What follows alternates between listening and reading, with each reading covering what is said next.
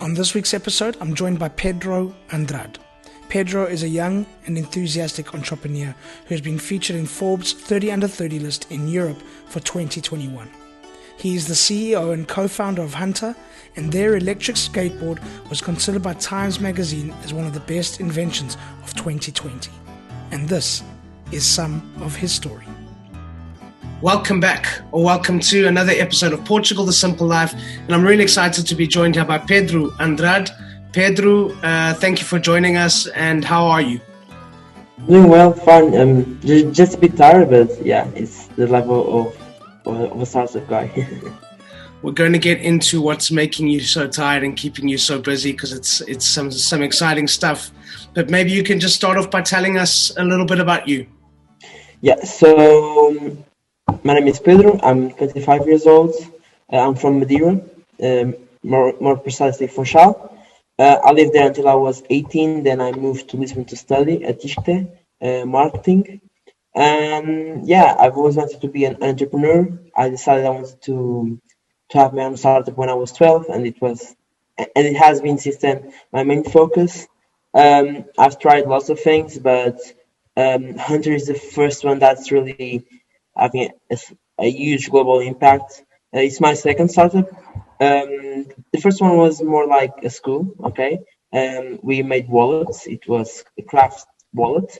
We had sales to over 150 countries. We did two successful crowdfunding campaigns. But in terms of noise and money being generated, Hunter is blowing craft wallets out of the water. Yeah. Okay, so I have a teenage daughter. She thinks the board is amazing. We'll talk more about Hunters and what you're doing there. But let's take a step back quickly to 12-year-old Pedro on the island in Funchal. What were some of the entrepreneurial ideas that you had at the beginning? So my first company was it wasn't a company. It was more like a freelance thing. Back in 2008, what happened was that Portugal was in the middle of a financial crisis, and schools didn't have any money for paper for the test. So kids had to buy the paper for a test. And my classmates, they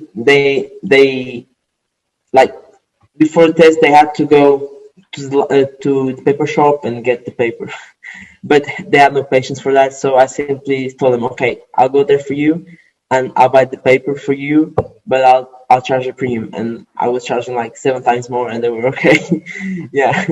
And for a 12-year-old kid in Portugal making 6-7 euros per day during exam season, it was great. Yeah. That was my first thing. My desire to have a company started when I realized that if I was going to do all I wanted to do, I had to be rich, and I was a bad singer and an awful football player. So I had to build a company. And at the time, Facebook was becoming really big, and I got a lot of inspiration from Mark Zuckerberg, and basically I was reading everything I could about him, Steve Jobs, all the great guys. And I used to spend my summer afternoons reading about startups and entrepreneurship, trying to gather as much information as I could before coming to university and launching my startup. It didn't go as planned. I tried lots of things failed, but I was always able to gather some lessons from all my failures. And I remember that once I was in Dublin at Web Summit before it came to Portugal. It was in Ireland, and I remember I met this guy called Carlos, and he has a startup in Silicon Valley, and he's a very successful entrepreneur. And he told me, okay, look, I'm going to present you to my investors. And he took me to a pub. I went there. There were like 7 Portuguese investors seated at the table, and he just introduced me this way. This is Pedro. He's 19 years old. He has an idea for a startup, but he's afraid of telling it, of telling people his idea because he's afraid someone will steal it from him. And everyone started laughing at me. So that was another lesson. So don't be afraid of telling your idea. So I've been always trying to meet new people and having different experiences inside the startup world in order to gather as much knowledge as I could to then launch my startup. I mean, Pedro, before we get on to the career and to these things, the products and some of your the things that you're working on, tell us just a little bit about our listeners are from all over the world. They love to hear about our guests and their terra, where they're from. We've had Fatima Lopes on the podcast, the fashion designer. She's from Funchal as well. It's a beautiful island. It's a beautiful city. I was there for my honeymoon. I've been there maybe 6 or 7 times as well. It was my first experience of Portugal was coming to Funchal. So it's a great place. But tell us a little bit about your terra, what it was like growing up there, how it inspired you, and what people should know about where you're from. So Madeira is an archipelago, and it's also the name of the biggest island of the archipelago of Madeira. And it's basically Madeira is an island off the coast of Morocco, and it's known as the Pearl of the Atlantic. So it's how can I say it? For me, it's like paradise. So it's always warm there. We can go to the beach all year long. It's safe. It has everything we need. Like it has quality of life over there. And whenever I go back there, I can feel my stress coming out of my body. Okay, but things aren't like quiet as you think a small island in the middle of the Atlantic would be. There's lots of things to do. There's an amazing city life in Funchal, lots of parties to go, lots of things to do in the nature, shopping if you're into shopping, great hotels, great restaurants, a great nightlife. So, and it's also a very beautiful city with lots of flowers and amazing buildings. So it's basically like right now with COVID, what the local government is trying to do is they are trying to attract digital nomads. So they're basically making the entire island a digital nomad hub, like Bali in Indonesia.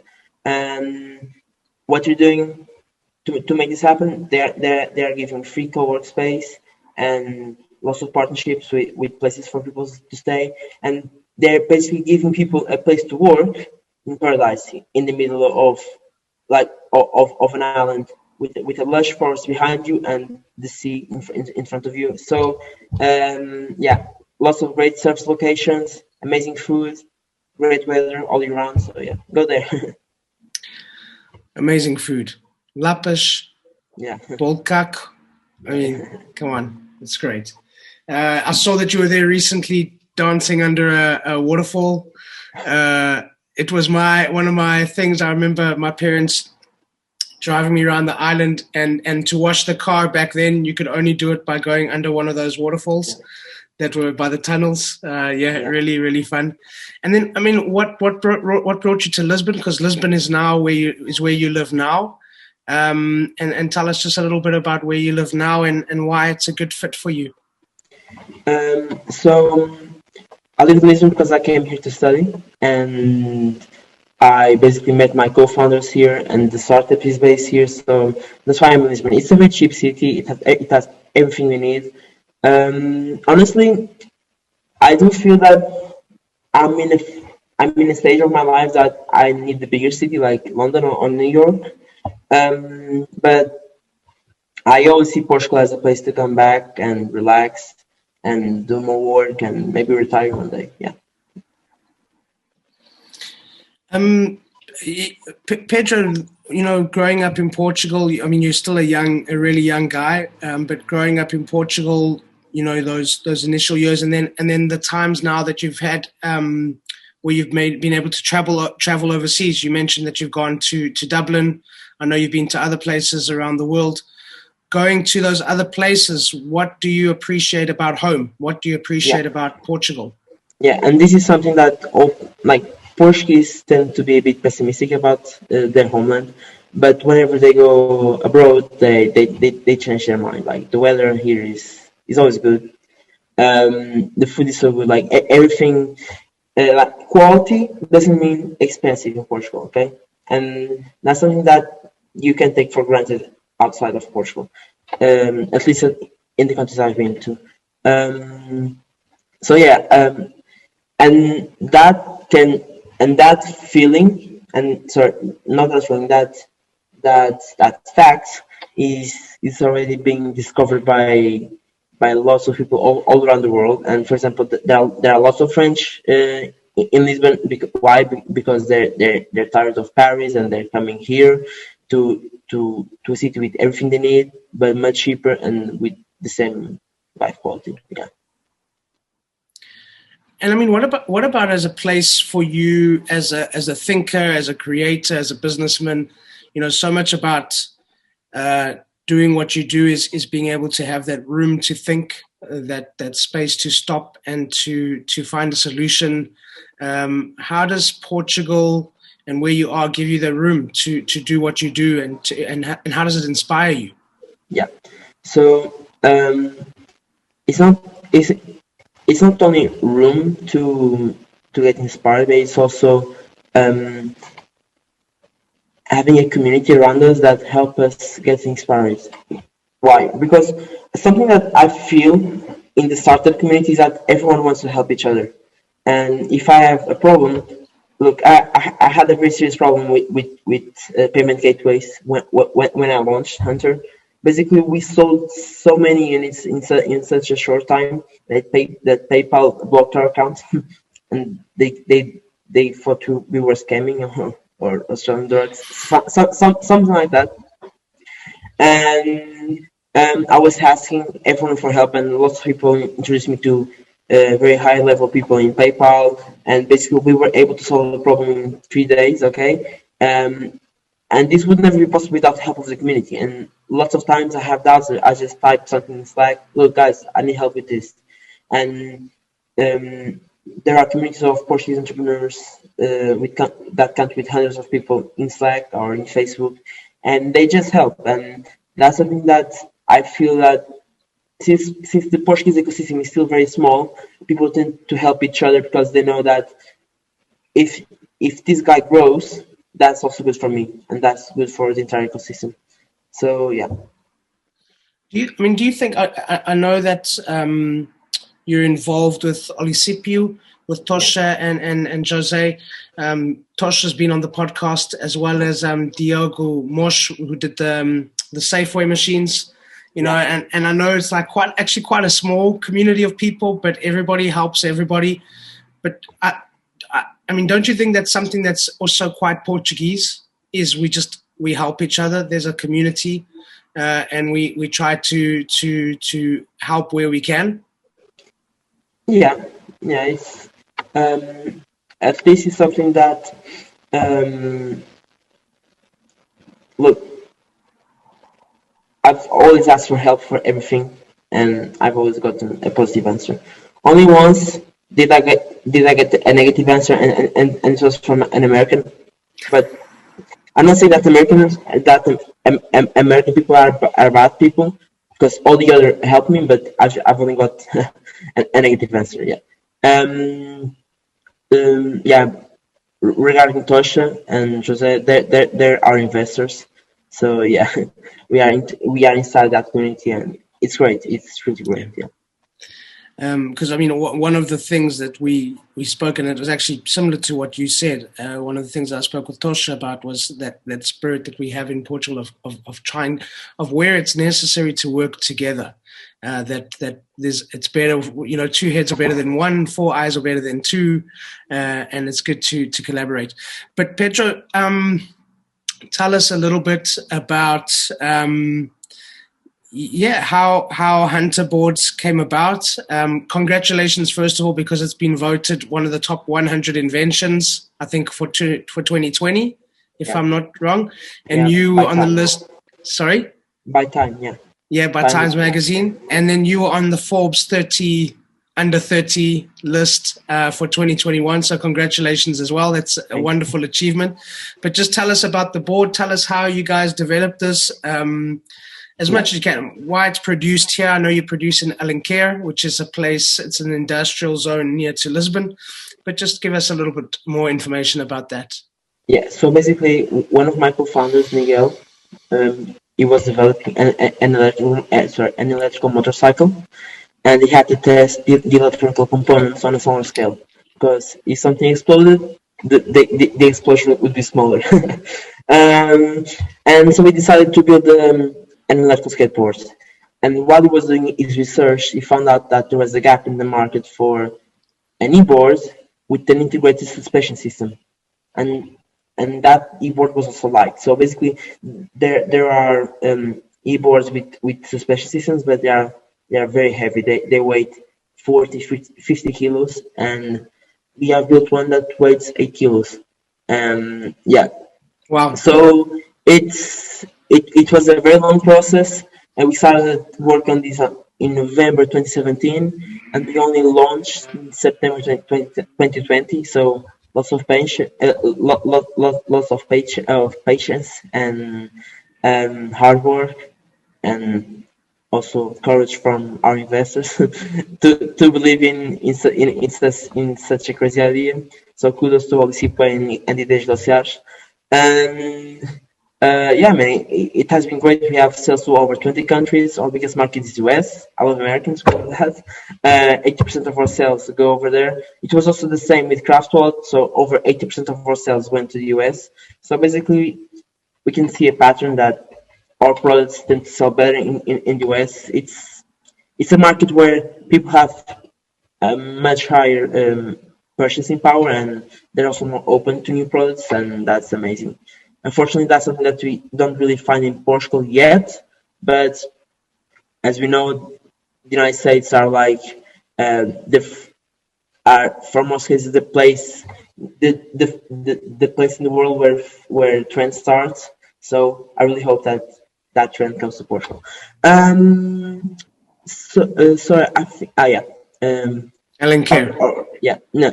So we went to Alenquer because it's a cheap place. And it's also fairly near to Lisbon, okay? And we are renting an ancient it's not a chicken coop, like when it's like a big place where we breed chickens. What's the name? Yeah, like a chicken coop, like a place where they keep the chickens. Yeah, but not a small one, like a big one. Okay? Yeah, chicken coop. So a big chicken coop. Yeah. Okay. Yeah. So. So that's what it used to be, and you're using that space to produce the board. It's our factory now, so lots of chicken ghosts over there.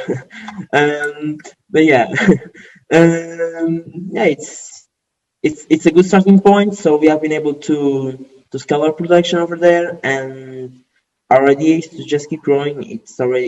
Our factory is 400 square meters, and it's already full. So lots of things are happening. We just doubled our team size. We are now 7. So exciting stuff. It's going great. Yeah, we are a bit delayed on our deliveries, but it's just part of the process with complex hardware projects. Where look, in software you just ship the product and then you send updates, but in hardware you cannot send updates because you can update atoms. So the product needs to be working well, and you need to be very careful with details. Otherwise, our customers won't have a good experience in the long term, and that's something that we do not want. And we have been very, very lucky because our customers, they understand this, and they have been waiting for a long time, but they are now going to get their boards, and it's going to be great. Yeah. People that ride the Entrepreneur, they say it's like surfing or snowboarding on land, but the wave or the snow never ends. So the suspension system plus our superior turning system makes the trip something very smooth and pleasant. It's like riding a cloud, a very fast cloud. Yeah. Have you used one on the island in Madeira on some of those No, hills? not yet. Not yet. That'll Not be yet the because ultimate I don't have test. one. I don't have one because the priority is a client. So um, until I have shipped all my orders, I don't have one.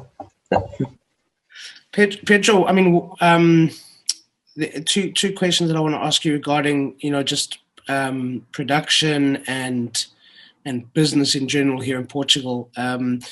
One of the things that I've heard people speak about recently, but also for many years now, is Portugal is a great place for production. To roll out production of a product, to produce things, because the costs are not very, very high, but the quality is superb, and good workmanship and good labor and these kind of things. Is that your experience, and is that why the board is being produced here? that's our experience, but there's also another side to it. By keeping production in house, we are able to make sure that quality is top notch. Because um, let's say that our production was in China, okay? We'd get a batch, some, and a batch of boards, and let's say that there was a small flaw, or there was a detail that wasn't as good. The batch has to go back again, and so forth. So instead of taking some months to ship the ship the first batch, it would take years, or we'd have to move to China. And with COVID, that just simply became impossible. So by keeping production in house, we are able to guarantee a better quality and also a better customer support. Because if something breaks, we can simply make the parts and ship it. We don't have to wait for suppliers to ship them to us. So it's this kind of advantages that we use that we have simply by keeping production in house. To start in the beginning, it's a bit more expensive, but as you scale, costs go down. And then what about? I mean, I had a guest on the part that I interviewed on for a previous episode. He's from Canada, and he said he was really surprised by the amount of entrepreneurial spirit and business ideas that come out of Portugal. Are you surprised by it, or do you think it's something that we should just start to expect of ourselves and start to do? What is your opinion on that? Um, I'm a bit surprised with the fact that there are already 5 unicorns with Portuguese DNA, and we are a very small country, so that's something, a very small country, and also one with very few resources. So that's Hold on, let me stop you quickly, Pedro. Just for people listening that don't understand, what is a unicorn? Yeah. So a unicorn is a startup evaluated at least $1 billion. Okay. Okay, so it's a startup that's been evaluated Yeah. at more than a billion or more dollars. Yeah, and they're Okay. so rare. That's why they're called unicorns. Okay. Perfect. Carry on. Sorry. And there are already 5, and that's more than there are in Spain, for example, which has like almost 6 times the population of Portugal. I love it when we beat And a much Spain. stronger economy. So that's something that's really outstanding. If I'm surprised, I'm a bit surprised, but I'm also not surprised. So it's because I've been watching for a long time the ecosystem, and there are some really great engineers in Portugal. And there's also another fact, which which leads me to the thing I forgot. Since Portugal is a very small country, was a very small market, startups and companies have to be focused from day one into the on the global market. Why? Because if they just focus on the Portuguese market, they won't get anywhere. Okay, and this is a huge advantage for Portuguese startups. Why? Because a Spanish startup or a French or an Italian or a German one, they have a big enough internal market to just focus there when starting out. But the thing is, the processes, the clients, the instruction manuals, the website, they're all in German, Spanish, Italian, or French. But if yes, and when they want to expand internationally, they have to rebuild all of that, and that's hard and takes a lot of money and a lot of time. But if you go to Portuguese startups websites or Portuguese companies, many of them are in English from day one, and that's how we kickstarted our launch, which sells to over 20 countries. It was just because of that. Yeah. If we had done our website in Portuguese, we would have sold one, because we only sold one unit to Portugal. Yeah. Okay. Yeah. The language is a big factor, though. This is something that's also in Portuguese culture, is we're willing to speak English. Where some of the countries you mentioned, they're not as willing to speak English. They want to stick to their language. And whereas Portugal, from a young age, you learn to speak to speak English at school. Our television programs are in English. They're not with subtitles. They're not dubbed. And this makes a big difference to being able to adapt to a foreign market or a global market, doesn't it? Yeah, it's true. Also, the fact that the Portuguese language is a closed language. Okay, so basically the sounds are very closed, and for example, the Spanish language or the Italian one, they're very open. And the thing with learning languages is that if you speak a closed language like Portuguese or German or English, it's easy for you to open your sounds and speak other languages, but it's easier for you to learn other closed languages and other open languages. But for people that speak open languages like Spanish, because Portuguese is like hola and Spanish hola, you see the difference. It's very hard to speak a closed language, so that's why Spanish and French and Italian have such a difficulty speaking English. And for Portuguese, it's very easy, and it's not rare for you to find a Portuguese that speaks 3 languages, or 3 or 2 or 4, because of that. Yeah, it's true. Pedro, do you know how many people are on the all-time list of 30 under 30 since 2018? How many Portuguese? I have no idea. It's like 6. Really? And you're one of them. You're one of them. How does it feel to? I was looking actually today at some of the names on previous lists, and these are guys that have huge companies all over the world. How does it feel to represent Portugal in that area, and to be alongside people like that? It's great, but honestly, it's just an award. I have to keep working, because if I stay fixated on the awards we get, I won't go over the level that took me to that award, and I want to keep leveling up and growing. And yeah, it's great, but honestly, I was more happy for my family and for my friends, because for them it was like a proof that all my sacrifice and all the sacrifice they made for me was worth it. Yeah, and this being worth it. Yeah. And the board, one of the 100 inventions on Times Magazine. I mean, that's incredible. Something like that coming out of Portugal, I'm going to say it makes me proud. It makes me proud that it comes from right here. So it's an amazing thing. Yeah. It's also another proof for our family and friends, and also for our investors, that they did the right path. Because when we raised our first round, all we had was a PowerPoint. That's it. And our investors, they invested in the team and not in the product. And for that to happen, that's just wonderful, and I'm super happy for them, because in the end, it's just another proof that they made the right bet. But that cannot be it. I have to keep working to make sure their bet brings more to them. Yeah. We can start to speak to you about we can start to talk about you as a good export from Madeira as well. Then you had Ronaldo, Fatima Lopes, and we can maybe include Pedro Andrade and Hunter's boards on the list. I hope so. I hope so. Yeah. Pedro, I mean, you could pretty much probably live anywhere with the work that you do. Why do you choose to stay here? Yeah, so at the moment, I need to be here, okay? Because the company is still very young, and there are lots of processes that require my input, my physical input, okay, and also to help assembling boards and doing all those things. Because in a startup as well as ours, you do everything. You sweep you clean the factory. You assemble boards. You do customer service. You talk with investors. You do the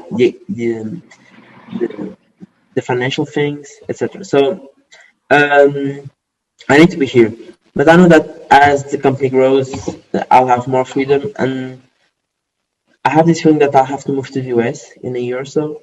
So because the US is our biggest market, let's see what happens. But yeah, exciting times. Very exciting, very exciting. Let's imagine that you finally managed to get a board for yourself. Any place in the country where you going to go for your first skate?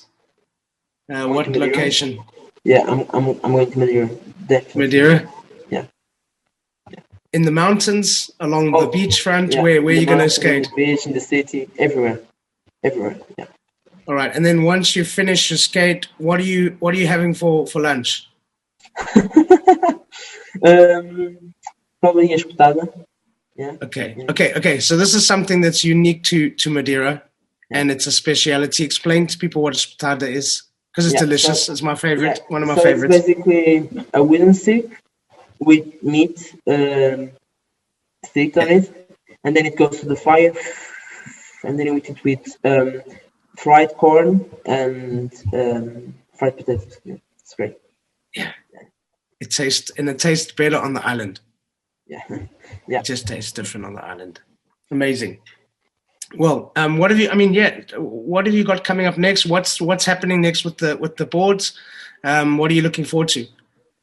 Yeah. So right now we are going to deliver all the delayed orders. Then we are going to launch an app, and we already have 2 products lined up for next year. The version 2.0 of the boards, okay, and a smaller board, which will have some very interesting features. I don't want to speak about right now, but which will blow many people's minds. Okay, so yeah, cool. Great things are coming. Yeah, sounds good. Pedro, what one thing do you want people to remember or to take away from this conversation? Yeah, patience is key in life. And look, it took us 3 years to go from the idea to launching the brand and the product. And there were some ups and downs. But something very interesting that happened was that before it was like 95% critics, and now it's literally 99% compliments. So it completely tipped over. And yeah, don't give up, and don't be afraid of asking for help, because no one goes far alone. Nice, really nicely said. Thank you. Pedro, how can listeners follow you online and keep up to date with the work and what you guys are doing next? Yeah, so the best way of keeping updated is connecting with me on LinkedIn, or following Entrepreneurial on Instagram. And also you can follow my Medium channel. I write some articles over there about Hunter and our progress and what's happening and what are our next steps. Yeah, that's it. Excellent. Okay, Pedro, a question that we ask all of our guests: Portugal, the simple life. Why? You can have everything you need here, but like you can chase your dreams, but be in a place that won't always try to kill you with stress. Okay. Yeah, I feel that's pretty much true. Yeah. Brilliant. Pedro, thank you so much. I've really enjoyed this conversation. Good luck with the future, wherever you end up, and with the board. And I hope that you get to skate that board in Madeira soon. Thank you so much. And for now, I'm going to let you call it. Yeah, that's right. Yeah. So thank you once again to Pedro, and thank you to all of you for listening. Please subscribe, share with your friends, give us a thumbs up, and please leave a comment or a review. We'd love to hear from you. And as we say in Portugal, força. Welcome to the simple life.